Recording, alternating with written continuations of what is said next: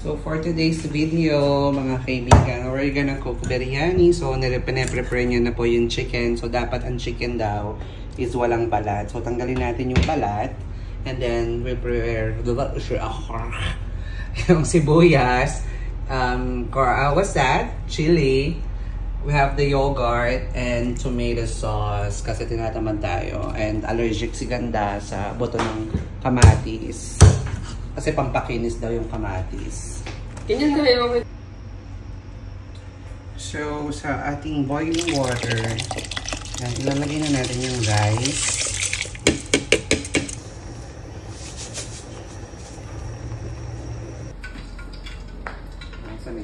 Natin yung ating basmati rice.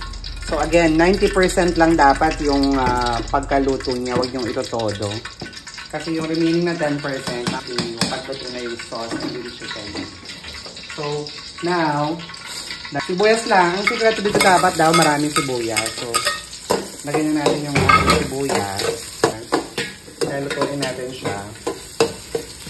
Ganyan. Oo. So, yun nga. So, luluto tayo ngayon. Gigisa na natin yung sibuyas. Dapat yung sibuyas mamaya maging golden brown siya. Ayan, brown na. Ayan, brown na siya. Ayan, sorry. So, request na ng ating subscriber from Cavite.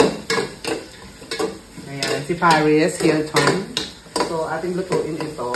Naku, baka maluto na agad yung ating patayin na natin. Mukhang, ilang percent na to, you think? 10%. Gaka pa 90 na nga yun. Iwan muna natin yung ating rice. Baka maluto. Kumalang ito.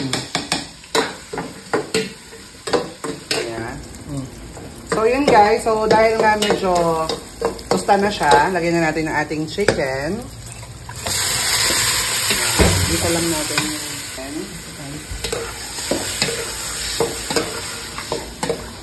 With the onion. Yes.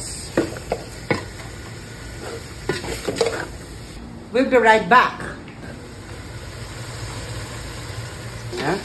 So, next guys, is ilalagay na natin. Pwede rin naman tomato, yung talagang fresh tomato. Pero, ang gusto namin is tomato sauce.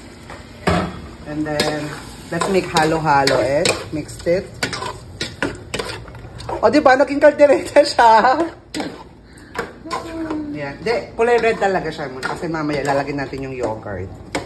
So, mag-white naman siya. Then, of course, next, we're gonna put the yogurt. Siraan natin yung yogurt natin, guys. So, i-add na natin ang yogurt. Ito daw ang nagpapasikreto sa ating biryani, yung yogurt.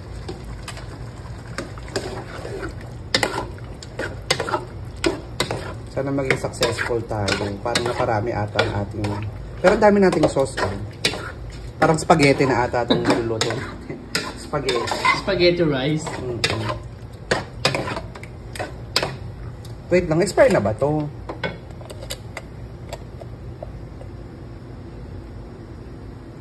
Hindi pa. Ano ba today? 21, right? Yeah. 2 days pa. 2 days pa naman siya masisira. Sharing. So, yun. Ilagay na natin siya. Tapos, eto hindi siya kasali. Hindi naman necessary. Pero lagyan na natin ng Knorr cubes chicken broth. Para mas malasa. Ayan. And, lagyan natin ng... Pwede rin ng mint. Kaya lagyan yung mint. Pero ako lalagyan ko ng basil leaves. Para medyo may lasang herbs. Kasi originally, dapat fresh yung leaves na ilalagay nyo. Pero dahil hindi available. Ayan. Basil leaves na lang tayo. Or kung ano mga herbs kailangan nyo gusto nyong ilagay. Pero sa base sa dapat daw, mint. Igisa nyo siya ng mint para bumango. Ayan na po. Pag wala, mintos. Tapos lagyan natin ng cinnamon powder ang ilalagay natin. Again, originally dito kasi fresh lahat nilalagay, diba? Dito talaga cinnamon talaga na fresh cinnamon. Pero tayo powder lang muna tayo. Ayan. Para magkaroon lang ng aroma. Para mamaya, lasa na siyang cinnamon. Tapos yung tinapay. Ayan. Tinan mong sarap po, parang kaldereta, oh. Diba? It looks like kaldereta na. Okay. Deliver. Mamaya ulit. So, lagyan lang natin siya ng pepper. Ready? So, yan. So, ilalagay na natin yung biryani mix natin. So, itong mix na to, shortcut na to, meron na itong cinnamon, coriander, meron na rin siyang cardamom, chili pepper, turmeric. So, kompleto na siya. So, bilhin na kayo, ilalagay na lang namin yung link kung paano kayo makaka-order nito. Murang-mura lang. 200 pesos lang. Diba? Lalagyan na natin yung ating masala mix. Ayan. Ang bango. Naaamoy ko na yung masala. Tignan mo naman, Indian talaga. So, dagdagan pa natin ng ating masala mix talagang parang pack na pack. Pack na pack ang sarap. Tapos, again, antayin lang natin siyang mag-simmer. Tapos, ito na yun. Namoy mo na. Bango, no? Bango talaga, in fairness. Gugutom ako. Ngayon lang ako nasarapan sa luto ko. Amoy pa lang, ulam na. Dahil favorite kong masala, dadagan pa natin siya. Ano yung mga soda? Ayan na, okay rin na yun. Again, depende sa inyo kung gaano nyo depende sa inyo kung gaano karaming masala ang ilalagay nyo. Ayan. Ayan. Ano yung sarap? Ano mo? Bango. Diba? So sarap. Nakikita ba nila yan? Nung malapitan?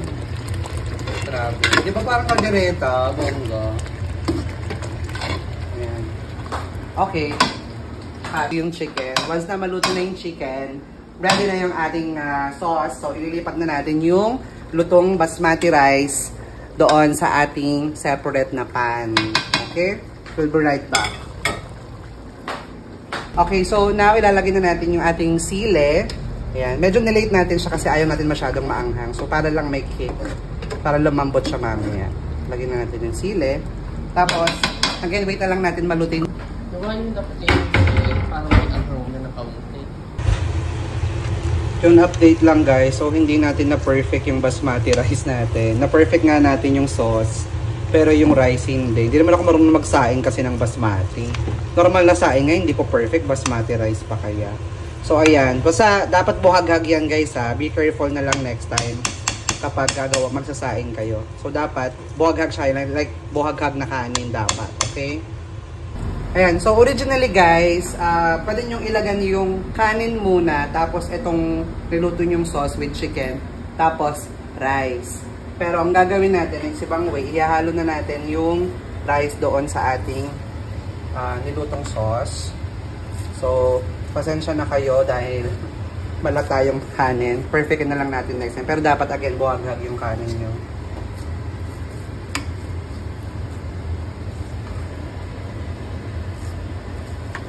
Okay na yun. Okay na? Nagbukatori alos Valenciana. Cut ko na? Sige, hati pa itong haluin natin.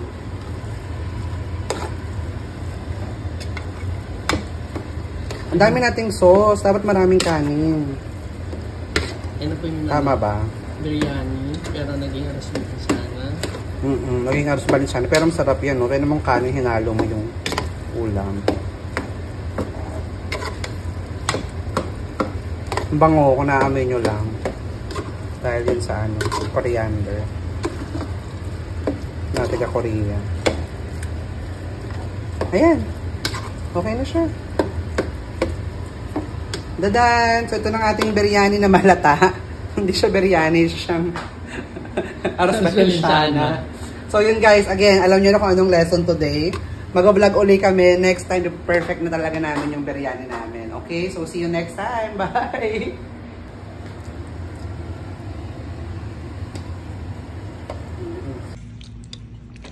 Yun. So, kung ano nyo yung manok. Ano yung tissue din? Tapos na yung tissue? Just kwarto.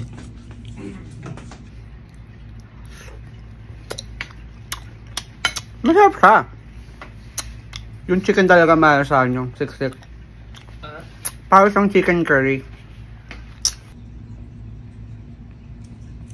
Ayan na po ang ating nilutong biryani na naging aros Valenciana. Kamusta naman yung lasa, chef? Ayun.